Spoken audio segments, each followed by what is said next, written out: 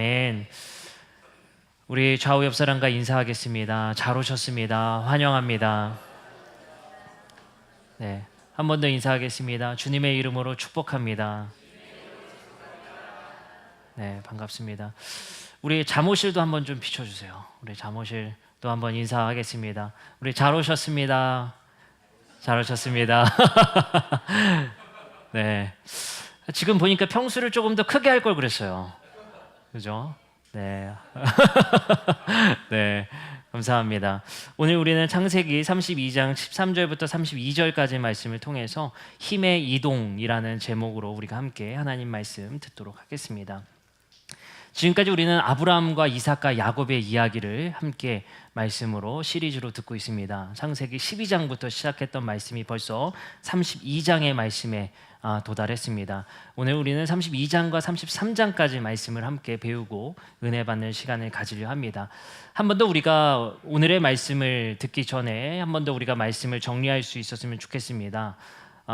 이삭의 축복권을 에서가 받느냐 야곱이 받느냐, 그 이삭의 축복권은 뭐였냐면요, 하나님께서 아브라함에게 너를 통해 큰 민족을 이루고 그리고 땅을 주고 너를 통해 모든 족속의 복을 얻겠다라고 했던 그 약속이 이삭에게 전해지고, 그 약속의 축복을 누가 받을 거냐의 쟁탈전에서 야곱이 자신의 속임수를 통해 그리고 리브가의 꼼수를 통해 그 약속을 받게 됩니다. 그러나 그 약속을 받는 것이 그에게 축복으로 다가온 것이 아니라 어찌 보면 고생길의 시작이었습니다. 형인 에서가 그 축복권을 빼앗기자 야곱을 죽이려 했고, 부모님들은 빨리 이삭과 리브가는 야곱을 피신시키게 됩니다. 그것이 바로 오늘 본문에서 우리가 만나고 있는 라반의 집, 그죠? 라반의 집에서 그 생애를 갖게 됩니다. 그곳에서 아내를 구하게 되죠. 라헬과 레아를 아내로 구하게 됩니다. 그것도 순조로웠느냐? 순조롭지가 못했어요. 속임수와 꼼수를 일관했었던 야곱이 오히려 그것보다 훨씬 더 높은 꼼수와 속임수를 일관하는 라반에게 잘못 걸렸죠. 그래서 라헬을 아내로 얻고 싶었는데 레아와 동침하는 바람에 또 7년이라는 세월을 더 허비하게 됩니다. 그 합이 총 14년이라는 시간, 그리고 노동의 횟수까지 치면 20년이라는 시간을 라반의 집에서 보내게 됩니다. 그리고 나서 이제 드디어 야곱은 우리 저번 주에 말씀대로 라반의 집에서 이제 나오게 됩니다. 이제 오늘 본문에서 우리는 만나게 되는 사건은 바로 이제 드디어 에서와 어떻게 화해할 것인가의 말씀으로 우리는 만나게 됩니다. 여러분들 아시는지 모르겠지만 제가 이 교회에 와서 작년이죠, 한 10월 정도에 이 말씀을 전한 적이 있습니다. 야곱이 그 허벅다리가 꺾인 사건에 대해서 제가 한번 설명을 한 적이 있는데, 이 본문으로 다시 또 만나게 됐습니다. 사실은 오늘 본문이 성서 해석자들에게도 굉장히 어려운 말씀입니다. 정말 야곱이 새벽까지 천사와 씨름했다는 이 본문 때문에 저도 씨름했습니다. 어떻게 하면 쉽게 설명할 수 있을까? 정말 고민 많이 했고, 이 야곱의 씨름 사건을 어떻게 설명해드리면 여러분들도 이해하실 수 있을까? 고민을 참 많이 했습니다. 왜 이 본문이 어렵냐면요, 첫 번째는 야곱이 씨름한 대상이 누구냐? 그것이 사실 정확하지가 않습니다. 두 번째, 야곱이 하나님과 겨루어 이겼다고 하는데 이건 좀 없었으면 좋겠는 말씀입니다. 어떻게 사람이 하나님과 겨루어서 이길 수 있단 말입니까? 사실 탈군 번역, 그러니까 이 성경을 아람어로 번역했던 유대인들의 성경에서도 이 본문을 해석하기를 상당히 까다롭게 여깁니다. 그래서 야곱의 이름이 이스라엘이라 되는데 그 이름의 뜻이 하나님과 겨루어 이겼다라는 뜻이에요. 그래서 그 본문에 대해서 번역을 다르게 번역해서 유대인들은 읽게 됩니다. 그만큼 이 본문이 어려운 본문이고 유대인들에게도 상당히 어려운 본문입니다. 이 말씀은 우리는 최대한 근접해서 이해하기 위해서 오늘 본문의 앞뒤 말씀을 함께 살펴보면서 한 가지 해결해 나갔으면 좋겠습니다. 첫 번째는 야곱이 정말 하나님과 겨루어 이겼느냐라는 것입니다. 근데 여러분들, 말씀을 우리가 32장 25절의 말씀에 보면 자기가 야곱을 이기지 못함을 보고 그가 야곱의 허벅지 관절을 치게 됩니다. 그래서 야곱의 허벅지 관절이 그 사람과 씨름할 때에 어긋나게 됩니다. 근데 이게 표현을 조금 바꿔야 돼요. 어떻게 바꾸면 좋냐면요, 야곱의 허벅지 관절을 침에 이게 히브리어로 나가라는 단어입니다. 근데 이것을 영어 성경어는 어떻게 번역되어 있는지 아세요? 터치예요, 터치. 그게 히브리어로는 손가락으로 건드리다의 뜻입니다. 그 말은 야곱의 상대였던 사람이 야곱의 허벅지 관절을 손가락으로 터치하니까 그 허벅지 관절이 어떻게 됐어요? 어긋나 버립니다. 근데 야곱이 이겼다고 할 수 있습니까? 사실은 이 본문의 해석으로 말씀을 봤을 때 야곱이 하나님과 겨루어서 이겼다라는 표현보다는 이 본문 말씀으로 우리는 야곱이, 그러니까 야곱을 어떻게 보면 봐줬다라고 생각이 들 수밖에 없는 구절로 우리는 표현되게 됩니다. 다시 말해서 하나님이 그 자녀와 싸울 때 그거 이기려고 드시겠습니까? 그 자녀에게 하나님께서 겨루었을 때 작은 손상을 입힐 정도로 강력한 분이 질 수는 없는 법입니다. 그래서 어떻게 보면 완전한 승리로서 하나님의 승리다라고도 우리는 볼 수 있습니다. 근데 우리는 중요한 것은 호세아서 12장 3절의 말씀에 보면 이런 말씀이 있습니다. 야곱은 모태에서 그의 형의 발꿈치를 잡았고 또 힘으로는 하나님과 겨루었다. 우리는 사실은 이게 하나님과 겨루 이겼냐 졌냐보다 오늘 호세아서 12장 3절의 본문으로 말씀을 봤으면 좋겠습니다. 야곱은 하나님과 겨루는데 힘으로 겨루었다는 것입니다. 힘으로 겨루었다. 야곱은 힘을 의지했던 사람이고 그 힘을 의지했던 사실을 어떻게 알 수 있느냐? 라헬과 조우할 때, 라반의 집에서 라헬과 조우할 때 어떤 일이 있었냐면요, 우물에 뚜껑이 있었단 말이에요. 돌로 막아놓는단 말이에요. 그거를 혼자 옮겨버려요. 그만큼 힘으로는 굉장히 좋았던 것 같습니다. 라반이 야곱을 보내지 않으려고 했던 이유가 뭐겠습니까? 노동 힘으로서는 야곱이 대단했던 것 같습니다. 호세아서의 말씀으로도 야곱은 하나님과 겨룰 때 힘으로 겨루었다고 말씀하고 계십니다. 우리는 이 본문으로 힌트를 얻어서 이 야곱과 겨루었었던 천사와 겨룬 이 씨름의 사건을 이해하려고 합니다. 우리는 이 본문을 이해하기 위해서 앞뒤 말씀에 계속해서 연속되는 한 가지 단어가 있다는 사실을 알아야 됩니다. 그것이 뭐냐? 야곱이 에서의 마음을 누그러뜨리기 위해 계속해서 예물을 보내려고 합니다. 자신의 자녀들을 앞세우고 그리고 예물을 앞세워서 이 예물을 받아주셔서 나를 용서해 주세요라는 표현을 계속해서 반복하게 됩니다. 그 중요한 말씀이 32장 20절에 나옵니다. 또 너희는 말하기를 주의 종 야곱이 우리 뒤에 있다 하라 하니 이는 야곱이 말하기를 내가 내 앞에 보내는 예물로 형의 감정을 푼 후에 라고 쓰여 있습니다. 그러니까 예물로서 감정을 풀겠다는 것입니다. 이게 굉장히 중요한 말씀이죠. 그러니까 어찌 보면 야곱은 여전히 의지하고 있는 것이 예물이고 자신의 재산이라는 것입니다. 그 재산을 가지고 어떻게든 에서의 마음을 풀겠다라는 것이 야곱의 생각이었고 아이디어였다는 것입니다. 그 뒤에 나온 본문이 바로 씨름이에요. 그리고 나서 33장에 다시 한번 야곱이 에서를 만났는데 에서가 화가 풀립니다. 그리고 에서에게 이렇게 강권합니다. 33장 11절의 말씀에 보니까 하나님이 내게 은혜를 베푸셨고 내 소유를 족하니 청하건대 내가 형님께 드리는 예물을 받으소서 하고 그에게 강권함에 그가 받게 됩니다.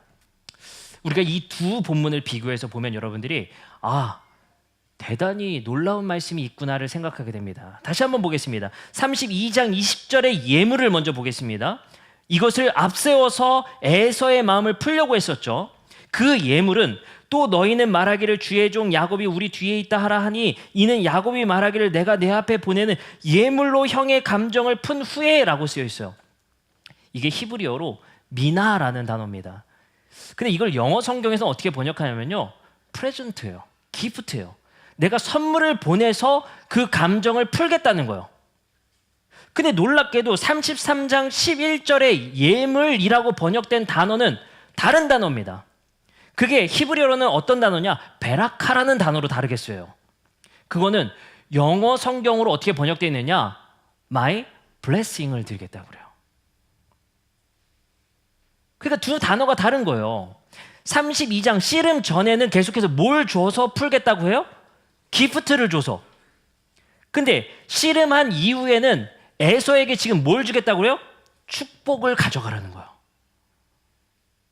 씨름 전후에 예물의 단어가 바뀌었다는 것을 이해하셔야 돼요. 근데 우리말 성경으로는 도무지 이해할 수가 없어요. 왜요? 둘 다 예물로 번역을 했어요. 그러니까 적어도 영어 성경에는 32장은 기프트나 프레젠트로 했고 33장은 블레싱으로 번역을 해줬단 말이에요. 근데 한글 성경에는 둘 다 예물로 번역을 했어요. 그러니 야곱이 쓰는 두 단어가 바뀌었다는 사실을 우리는 알 수가 없는 거예요.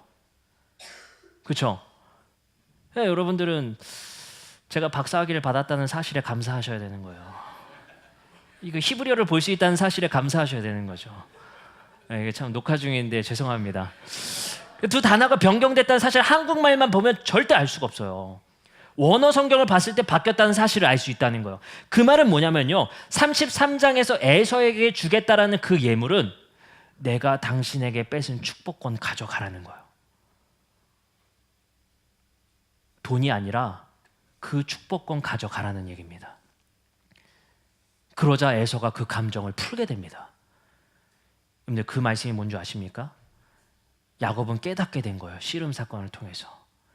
힘으로만 살았던, 그리고 하나님으로부터 받았던 그 축복이 재물인 줄로만 알았던 야곱이 그 축복이었던, 축복의 근원으로서 내가 계속해서 그 축복 때문에 받은 줄 알았었던 그 힘, 그 재물, 32장 9절부터 10절에 분명히 이렇게 나옵니다. 야곱이 또 이르되 내 조부 아브라함의 하나님, 내 아버지 이삭의 하나님 여호와여, 주께서 전에 내가 명하시기를 내 고향 내 족속으로 돌아가라, 내가 내게 은혜를 베풀리라 하셨나이다. 나는 주께서 주의 종에게 베푸신 모든 은총과 모든 진실하심을 조금도 감당할 수 없사오나 내가 내 지팡이만 가지고 이 요단을 건넜더니 지금은 두 때나 이루었나이다.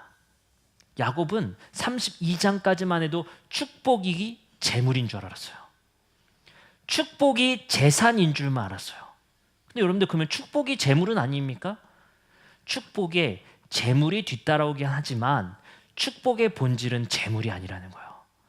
그러나 32장 힘으로 하나님과 겨루어 자신이 패배하기 전까지는 재물이 힘인 줄 알았고 하나님으로 받은 축복이 재산인 줄 알았던 거예요. 그것만 가지고 있으면 에서의 마음도 풀 수 있을 거라 생각했다는 것입니다. 그러나 힘으로 겨루고 그 힘으로만 살았던 야곱이 꺾인 후에 자신의 허벅지 관절이 꺾임을 통하여서 에서 앞에 쓴 다리 저는 그 야곱의 모습 속에서 에서에게 말합니다. 당신에게 내가 속임수로 빼앗았던 그 축복을 가져가십시오. 거기서 야곱은 말하는 것입니다. 내가 사람의 떡으로만 사는 것이 아니요 하나님의 말씀으로 사는 줄을 깨달았다는 것입니다. 그러니 당신에게 갖고 싶었던, 당신이 그토록 원했던 그 재산의 축복은 가져가십시오. 나는 축복이 그것이 아님을 깨달았습니다. 놀랍게도 야곱은 에서와 화해한 후에 장소를 이동하는 말씀이 등장합니다. 33장 18절부터 20절의 말씀입니다. 야곱이 이제 에서와 화해한 후에 장소를 이동하는데 어디를 가느냐? 놀라운 말씀이 등장합니다. 그러니까 재산으로서의 축복권은 넘기고 축복의 본질을 찾아 떠나가게 되는데 그 말씀이 이렇게 쓰여 있습니다. 야곱이 밧단 아람에서부터 평안히 가나안 땅 세겜 성읍에 이르러. 그곳이 여러분 어딘 줄 아세요? 아브라함이 막벨라 굴을 구입한 곳이에요. 아브라함이 제단을 쌓고 하나님께 예배한 곳입니다. 그리고 써 있습니다. 그 성읍 앞에 장막을 치고 그가 장막을 친 밭을 세겜의 아버지 하몰의 아들들의 손에서 베크시타에 샀으며 거기에 제단을 쌓고 그 이름을 엘엘로 헤 이스라엘이라 불렀더라. 그 말씀은 뭡니까?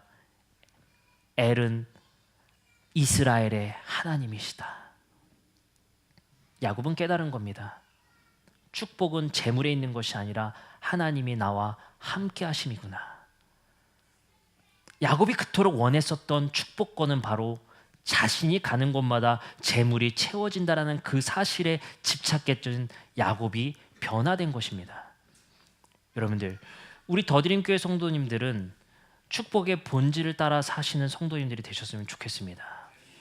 이번 주간에 우리 교회에 그 휘서가 아파가지고 저희가 잠시나마 우원이를 이렇게 데리고 있었던 시간이 있었어요.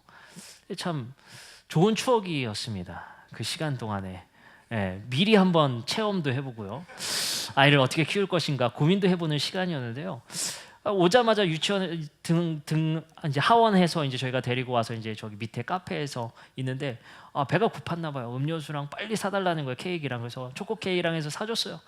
근데 이거를 막 제가 그래서 우리 박현진 집사님한테 연락을 했습니다. 거기 밥을 안 먹이냐? 예, 우리 어린이집에서 밥을 안 먹이는지 막 이거를 포크를 2개 들고 막 이거를 허겁지겁 먹는 거예요. 그래서 너무 맛있게 먹길래 제가 물어봤습니다. 갑자기 궁금한 게 생겨서 물어봤어요. 임승훈 삼촌집이 맛있어? 여기가 맛있어? 그랬더니 말을 안 하더라고요.